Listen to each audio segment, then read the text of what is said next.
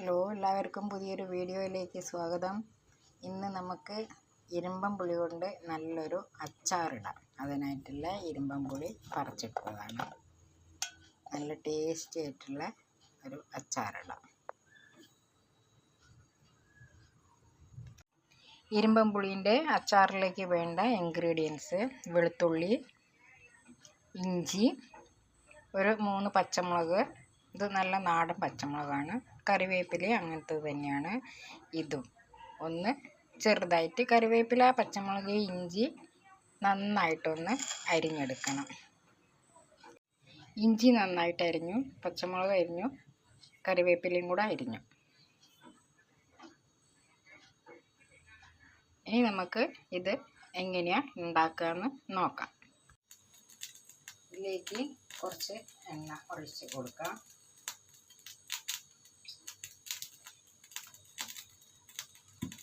എണ്ണ നന്നായിട്ടൊന്ന് മൂത്ത് വരട്ടെ.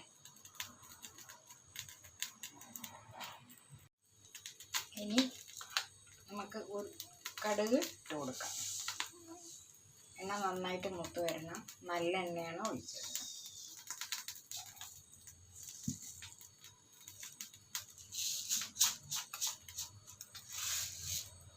കുറച്ച് ഉലുവ,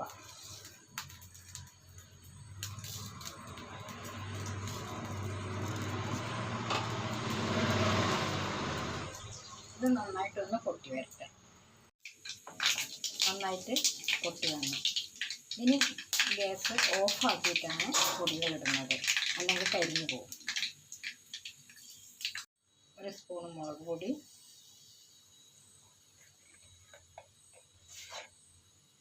1/4 ടീസ്പൂൺ മഞ്ഞൾപ്പൊടി,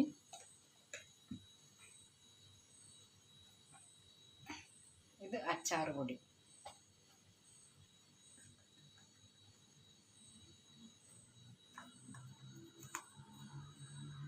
കുറച്ച് കായപ്പൊടി, കുറച്ചിട്ടാൽ മതി.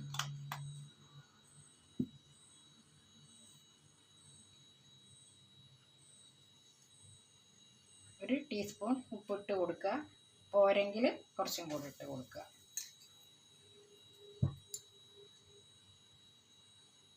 അതിലേക്ക് അരിഞ്ഞു വെച്ച ഇഞ്ചി, പച്ചമുളക്, വെളുത്തുള്ളി, കറിവേപ്പില അതും കൂടെ ചേർത്ത് കൊടുക്കുക.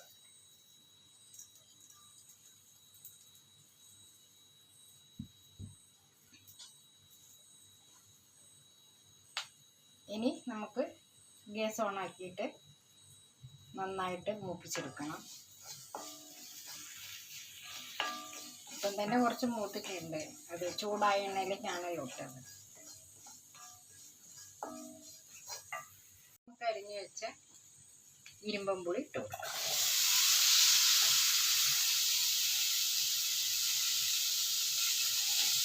നന്നായിട്ടൊന്ന് വാട്ടിയെടുക്കണം. വെള്ളം തീരെ വേണ്ട. ഇനി നമുക്ക് കുറച്ച് ശർക്കര ചേർത്ത് കൊടുക്കാം. 1 ആണി ശർക്കര പൊടിച്ചതാണ്.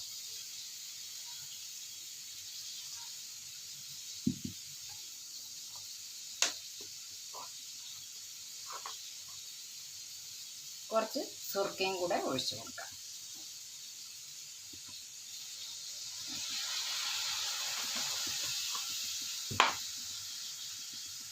ഇനി നന്നായിട്ട് ഇളക്കിയിട്ട് യോജിപ്പിക്കാം. കുറച്ച് നേരം ഇതിലൊന്ന് കിടക്കട്ടെ. നന്നായിട്ട് വാടി വരും.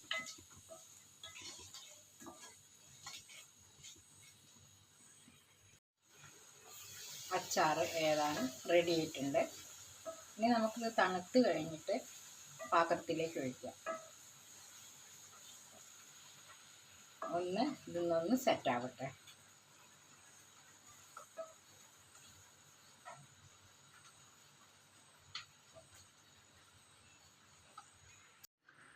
നല്ല ടേസ്റ്റി ആയിട്ടുള്ള ഇരുമ്പൻ പുളി അച്ചാർ റെഡിയായി. ഇത് ചോറിന് കൂട്ടി കഴിക്കാൻ നല്ലതാണ്. നല്ല ടേസ്റ്റ് ഉണ്ടാവും. നിങ്ങളും ഇതേപോലെ ചെയ്ത് നോക്കുക, കഴിച്ച് നോക്കുക. അഭിപ്രായം പറയുക. ലൈക്ക് ചെയ്യുക, ഷെയർ ചെയ്യുക, സബ്സ്ക്രൈബ് ചെയ്യുക. Thank you.